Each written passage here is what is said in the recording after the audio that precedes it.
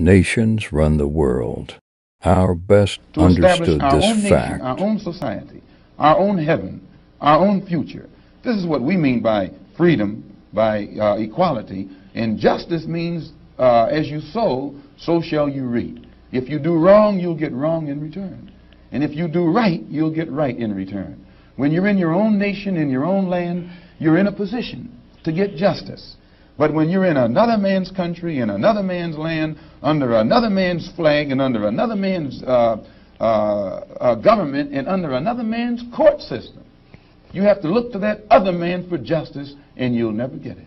And Negroes in this country probably are authorities on that. They have studied the tactics and the strategy and the methods of all of the African nations who have emerged and won their independence.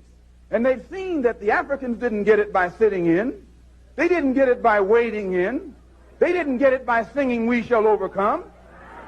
They got it through nationalism. That we must have separation in order to be equal. We must have separation in order to have freedom. We must have separation in order to have justice. And to get all of this, we have to have some land to do it on. When the black man wants to become independent and he's got something of his own, then you can respect one another. You can't respect a man always in your house begging. You feeding him, you clothing him, always around you begging. Don't do nothing for himself.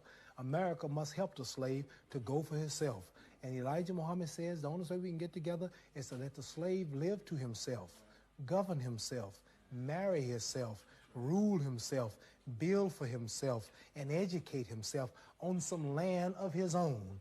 A total separation of the races is what we believe is the solution to our problem. Black man on his own land, building for himself.